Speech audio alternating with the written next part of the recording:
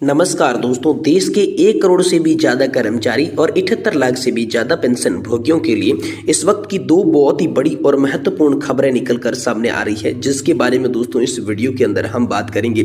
जी हां दोस्तों, हम बात करने वाले हैं कर्मचारी भविष्य निधि संगठन, सरकार और सेंट्रल बोर्ड ऑफ ट्रस्टीज पर गुस्साए पेंशन भोगी, पेंशन में किया जाए सुधार। जी हाँ दोस्तों, आप सभी के लिए ईपीएफओ केंद्र सरकार सीबीटी ट्रस्ट पर पेंशन भोगियों का कैसे गुस्सा है, 7,500 रुपए न्यूनतम पेंशन की आवाज जो है वो एक बार फिर से कैसे ईपीएस 95 पेंशन धारक उठा रही हैं, क्या उनकी मांगे पूरी होने वाली है या नहीं होने वाली है, पेंशन बढ़ोतरी होगी तो कितनी होगी, पेंशन के अंदर कितना इजाफा होगा, ये तमाम तरीके का जो बड़ा अपडेट निकल कर आ रहा है, इसके बारे में संपूर्ण रूप से जानकारी आप सभी को इस वीडियो के अंदर देखने को मिलेगी। वहीं दोस्तों अगली बड़ी खबर की बात करें तो पेंशन नियमों में आया बड़ा बदलाव, पेंशन भोगियों को मिलेगा सीधा फायदा। जी हाँ दोस्तों, रिटायर्ड कर्मचारियों के लिए बड़ी खुशखबरी बताई जा रही है।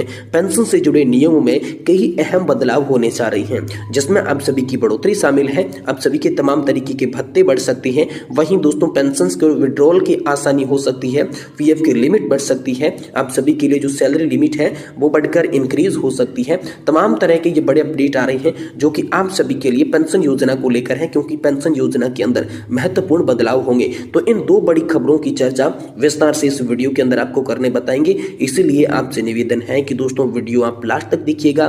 पसंद आए तो इसे लाइक कर दीजिए, वरना दोस्तों डिसलाइक कर दीजिए। चैनल को अगर आप सब्सक्राइब नहीं करेंगे तो भी चलेगा, लेकिन वीडियो आप पूरा देखेंगे तो ही आपको सारी जानकारी जो है वो सही, सटीक और तथ्यों पर आधारित पता चल पाएगी। तो चलिए यहाँ पर वीडियो के अंदर संपूर्ण जानकारी को जानते हैं। आप वीडियो को ध्यानपूर्वक कंटिन्यूअसली लास्ट तक जरूर देखते रहिएगा। जी हाँ तो दोस्तों पहली बड़ी खबर की बात करें, कर्मचारी भविष्य निधि संगठन, केंद्र सरकार और सीबीटी ट्रस्ट पर गुस्साए पेंशन भोगी, 7,500 रुपए न्यूनतम पेंशन की उठा रही है मांग।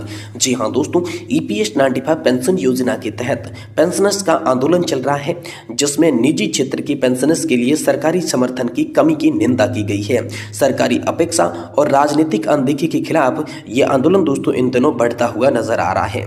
भारतीय अर्थव्यवस्था में पेंशनर्स की स्थिति एक महत्वपूर्ण संकेतक है, जो कि देश की वित्तीय और सामाजिक नीतियों का परिचारक होती है। विशेष रूप से ईपीएस 95 यानी कि एम्प्लॉयज पेंशन स्कीम 1995 के तहत आने वाले पेंशनर्स वर्तमान में एक व्यापक आंदोलन का हिस्सा हैं, जिसमें उनकी मुख्य मांग सरकार से पेंशन की अधिक सहायता और समर्थन की गुहार लगाई जा रही है। 1995 में शुरू की गई ईपीएस योजना ने निजी क्षेत्र के पेंशनर्स के लिए एक वित्तीय जाल बिछाने का काम किया था। हालांकि समय के साथ ये व्यवस्था अपर्याप्त साबित हुई, खासकर जब इसे सरकारी कर्मचारियों की पेंशन लाभों के साथ तुलना की जाती है। आंदोलन का मुख्य बिंदु यह है कि सरकारी कर्मचारियों को 50% तक की पेंशन सुविधाएं प्रदान होती है, जबकि निजी क्षेत्र के पेंशनर्स उसे समर्थन से वंचित रह जाती हैं।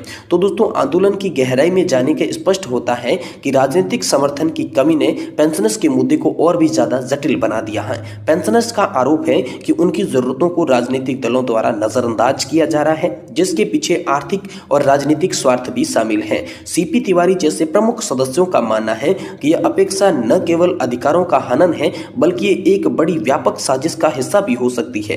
तो दोस्तों सरकारी और निजी पेंशनर्स के बीच की खाई की बात करें तो सरकार द्वारा उठाए गए कदम असमान और गैर लोकतांत्रिक प्रतीत होते हैं। जैसे निजी क्षेत्र के पेंशनर्स की अपेक्षा की गई है, इस भेदभावपूर्ण व्यवहार से पेंशनर्स की आर्थिक और सामाजिक सुरक्षा पर गंभीर प्रभाव पड़ रहा है। वर्तमान में चल रही लड़ाई संसद और सरकारी संस्थाओं की अपेक्षा ने पेंशनर्स को उनके हितों के लिए अधिक मुखर होने पर मजबूर कर दिया है। दशकों से जमा किए गए अपने फंड्स का उपयोग उनके हित में नहीं किया जा रहा है। ईपीएस 95 पेंशनर्स का यह आंदोलन सिर्फ पेंशन्स में सुधार की मांग नहीं है, बल्कि ये एक बड़ी लड़ाई है जो सरकारी तंत्र और राजनीतिक दलों की उदासीनता के खिलाफ चल रही है। यह आंदोलन आगे भी व्यापक हो सकता है, इसकी प्रतिद्वंदियां राजनीतिक गलियारों में सुनाई दे सकती है। अगर इसकी मांगों को तुरंत नहीं सुना गया तो यह आंदोलन आगे जाकर और भी बड़ा और विकराल रूप ले सकता है। ये बड़ी खबर आ रही है क्योंकि हाल फिलहाल में सरकार के खिलाफ, कर्मचारी भविष्य निधि संगठन के खिलाफ और सेंट्रल बोर्ड ऑफ ट्रस्ट के खिलाफ पेंशन भोगी जो है वो लगातार गुस्साए हुए हैं और 7,500 रुपए पेंशन की जो है वो बढ़ोतरी की मांग को लेकर आंदोलन जारी रखे हुए हैं। वहीं दोस्तों अगली बड़ी खबर की बात करें तो पेंशन नियम में आप सभी के लिए बड़ा बदलाव होगा। पेंशन भोगियों को इससे सीधा लाभ होगा। रिटायर्ड कर्मचारियों के लिए खुशी की खबर है। पेंशन से जुड़े कई नियमों में यहाँ पर आप सभी के लिए बड़ा बदलाव होने वाला है। तो आखिरकार पेंशन से जुड़े कौन से नियमों में बदलाव होगा, ये नियम बदलाव आप सभी के लिए कब से लागू होंगे, इससे कर्मचारी और पेंशन धारकों को क्या फायदा होगा, इसकी संपूर्ण जानकारी हम आपको दे रहे हैं। आप वीडियो कंटिन्यूअसली लास्ट तक देखते रहिएगा। जनवरी 2025 से रिटायर्ड कर्मचारियों की बड़ी राहत। श्रम मंत्रालय ने दी है नई सुविधा को मंजूरी। अब देश भर में कहीं भी किसी भी बैंक से पेंशन लेना हो जाएगा आसान। तो जानिए नई व्यवस्था कैसे बदलेगी आप सभी की पेंशन की प्रक्रिया।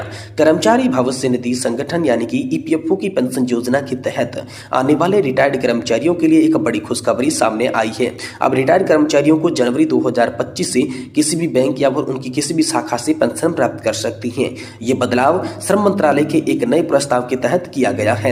श्रम मंत्री मनसुख मांडविया ने कर्मचारी पेंशन योजना 1995 के लिए केंद्रीकृत पेंशन भुगतान प्रणाली को भी मंजूरी दे दी है। केंद्रीकृत पेंशन प्रणाली भुगतानी एक ऐसी व्यवस्था है जिसके तहत पूरे देश में पेंशन का वितरण किसी भी बैंक या उसकी शाखा के माध्यम से किया जा सकेगा। इससे पहले पेंशन भोगियों को केवल सीमित बैंक की शाखाओं से ही पेंशन मिलती थी।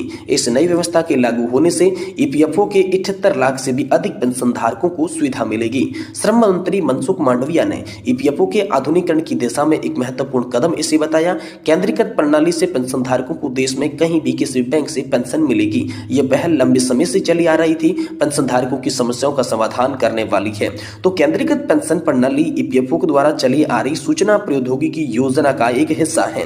यह प्रणाली 1 जनवरी 2025 से लागू होगी। इसके तहत पेंशन भोगियों के लिए पेंशन भुगतान आदेश को एक कार्यालय से दूसरे कार्यालय में स्थानांतरित करने की आवश्यकता नहीं पड़ेगी। वहीं इसके तहत देश भर में किसी भी स्थान पर अपने गृह नगर से आप पेंशन प्राप्त कर सकते हैं और वहीं इसके लिए बैंक शाखा में सत्यापन के लिए भी जाने की आप सभी को जरूरत नहीं पड़ेगी।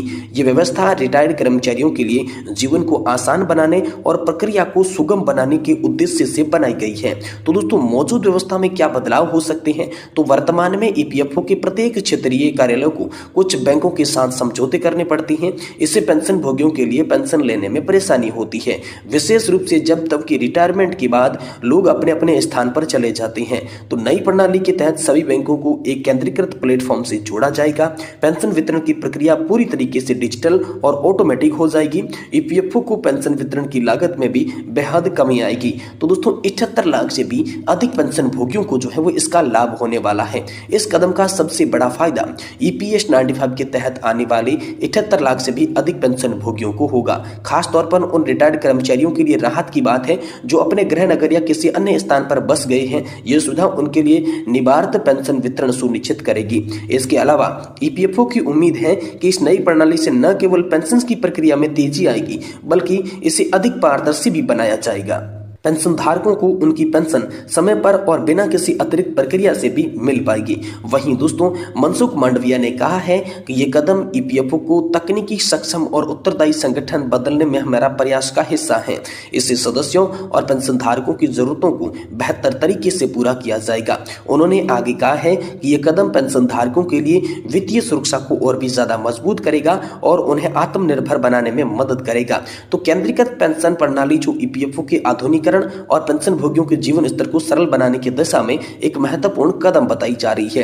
78 लाख से भी अधिक पेंशन भोगियों के लिए यह खुशखबरी न केवल वित्तीय सुरक्षा को बढ़ावा देगी बल्कि उन्हें उनकी पेंशन से जुड़ी समस्याओं से भी मुक्ति दिलाएगी।